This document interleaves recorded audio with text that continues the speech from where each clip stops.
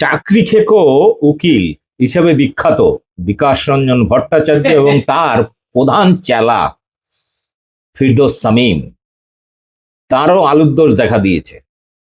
তারই বিভিন্ন জুনিয়র যে সমস্ত মহিলা আইনজীবীরা আছেন, তার জুনিয়র যারা রয়েছেন, তাদের মধ্যে এক মহিলা দীর্ঘ প্রায় 2 পাতার একটা চিঠি লিখে অভিযোগ করেছেন সিপিএম এর রাজ্য দপ্তরে। পাশাপাশি অন্যান্য জায়গায় নাকি কমপ্লেন করছেন। বিস্তারিত তথ্য, আরো কিছু তথ্য সংগ্রহ করার চেষ্টা করছি, ফলে এটা নিয়ে একটা আমি নিজস্ব লাইভ করব, কারণ ফিরদৌস শামীমের সঙ্গে অনেক হিসাব আমার বাকি আছে। যাই হোক, কিন্তু এই মুহূর্তে কুণাল ঘোষ সাংবাদিক সম্মেলনে তাকে যখন সাংবাদিকরা এ ব্যাপারে জিজ্ঞাসা করেন, তখন তিনি তার মতো করে ব্যাখ্যা করেছেন, বক্তব্য রেখেছেন। আজকে কুণাল ঘোষের বক্তব্যটা আপনাদের জন্য। এর পরের লাইভ যেটা আমি করব, সেখানে সম্পূর্ণ তথ্য, আরো অনেক ভিকটিমদের রীতিমতো ফোনে লাইভে তাদেরকে নেব, ফলে ভয়ঙ্কর একটি লাইভ অনুষ্ঠান আসতে চলেছে। তো এহেন চাকরি খেকো বিখ্যাত উকিল বিকাশের প্রথম চেলা, মানে প্রধান চেলা ফিরদৌস শামীমের বিরুদ্ধে এক মহিলা আইনজীবী যৌন হেনস্থার সহ আরো অনেক কিছু অভিযোগ এনেছেন। এ ব্যাপারে কি বলছেন কুণাল ঘোষ, শুনুন এবং ব্যাপক শেয়ার করুন। ক্ষমতাতে তো আসবেই না, তার আগেই বড় বড় কথা বলছে মাছ মাংস বিক্রি করতে দেবো না। আজকে ফেসবুকে আপনি একটা গুরুত্বপূর্ণ পোস্ট করেছেন, একজন আইনজীবী নাম সেখানে নিয়েছেন এবং রাজ্য কমিটিতে একজন মহিলা আইনজীবী অভিযোগ করছেন। ব্যাপারটা একটু আলোকপাত করবেন। আমাদের কাছে একটা অভিযোগ এসেছে যে সিপিএম পন্থী একজন আইনজীবী, যাকে এই চাকরি মামলায় চাকরি খাওয়া, চাকরি আটকে দেওয়া দেখা যায়, এবং মিডিয়া এবং সোশ্যাল মিডিয়ায় বসে মাননীয় মুখ্যমন্ত্রী সরকার তাদের বিরুদ্ধে কুৎসা করেন, বড় বড় কথা বলে, কখনো ধর্ণা মঞ্চে যায় চাকরির দাবিতে, আবার তারা মমতা বন্দ্যোপাধ্যায় তাদের চাকরি দিলে তখন চাকরি আটকাতে আবার তাদের পিঠে ছুরি মারতে কোর্টে যায়। এমন এক আইনজীবী, তার বিরুদ্ধে তারই অফিসের একজন মহিলা আইনজীবী বিস্ফোরক অভিযোগ করেছেন, বিস্ফোরক। সেই মহিলা আইনজীবী তিনিও বামপন্থী, ফলে তিনি প্রথমেই সম্ভবত পুলিশের কাছে না গিয়ে তিনি তার পার্টির রাজ্য সম্পাদককে অ্যাড্রেস করে একটি চিঠি দিয়েছেন। সেই চিঠিটি 4 পাতার চিঠি। সেই চিঠিতে ভদ্রমহিলার নাম, ফোন নাম্বার সহ সবিস্তার গোটা বিষয়টা দেয়া আছে। এখন দেখার বিষয় যে এটা তারা খতিয়ে দেখেন নাকি সিপিএম এর পেয়ারে লালরা আবার নেমে যাবে, কারণ অনেক পেয়ারে লালের নাম আছে এই চিঠিতে। সিপিএম এর অনেক পেয়ারে লালের নাম আছে এই চিঠির মধ্যে। যে একজন মহিলা বলছেন যে আমার ওর বিরুদ্ধে অভিযোগ, কিন্তু তিনি আবার আমায় হুমকি দিতে অমুক পেয়ারে লালকে ব্যবহার করেন।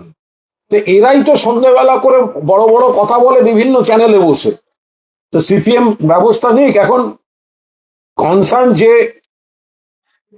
আইনজীবী, যাকে বারবার চিঠিতে তার নাম টাম সবই আছে, আমি সেটা বলছি না,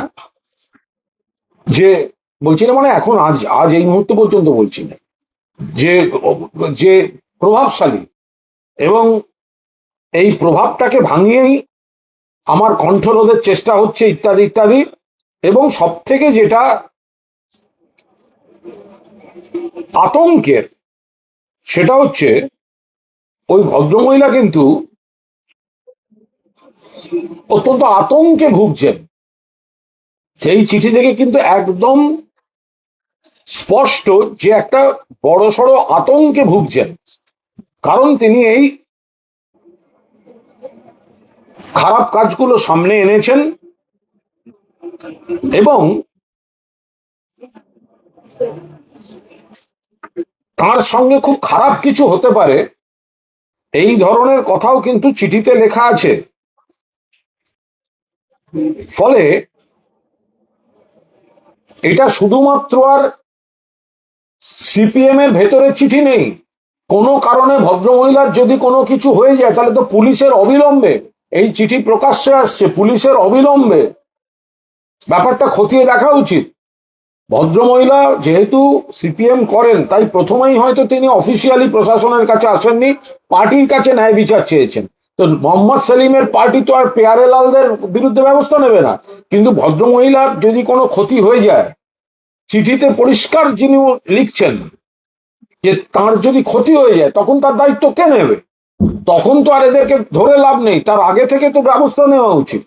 ফলে আমার মনে হয় যে ভদ্রমহিলা আনুষ্ঠানিকভাবে পুলিশে যান বা সৌজন্য পার্টির প্রতি দরদ দেখিয়ে প্রথমেই না যান। তার চিঠির ভাষা এটা কিন্তু তার অত্যন্ত উদ্বেগজনক। এখন সংশ্লিষ্ট আইনজীবী তিনি সরাসরি সিপিএম এর মেম্বার নন, ফলে সিপিএম সাংগঠনিকভাবে এটা কতটা ব্যবস্থা নিতে পারবে কি পারবে না পরের কথা, কিন্তু যে অভিযোগগুলো রয়েছে সেটা ক্রিমিনাল অফেন্স। ফলে সিপিএম এর যদি সততা স্বচ্ছতা থাকে তাহলে সিপিএম এর রাজ্য সম্পাদককে লেখা চিঠি তিনি এটা পুলিশকে হ্যান্ড ওভার করে দিন আইনের ব্যবস্থা নেওয়ার জন্য। তাদের যদি ব্যবস্থা নেওয়ার ক্ষমতা না থাকে বা না নেন, বা পেয়ারেলালদের বিরুদ্ধে ব্যবস্থা না নেন, এরাই তো আবার মোমবাতি মিছিল অমুক তমুক এইসব করে বেড়ান। আর যাদের যাদের নাম রয়েছে, যে ব্যক্তি মূল অভিযুক্ত আর যে সব যে ওই পেয়ারেলালরা সেলিম সাহেবের পেয়ারে তাদের নাম টাম সব লেখা রয়েছে। ফলে আমার মনে হয় যে এটা অত্যন্ত সিরিয়াস একটা চিঠি। সেটা সবাই দেখুন যে সিপিএম এর মধ্যে কি চলছে আসলে।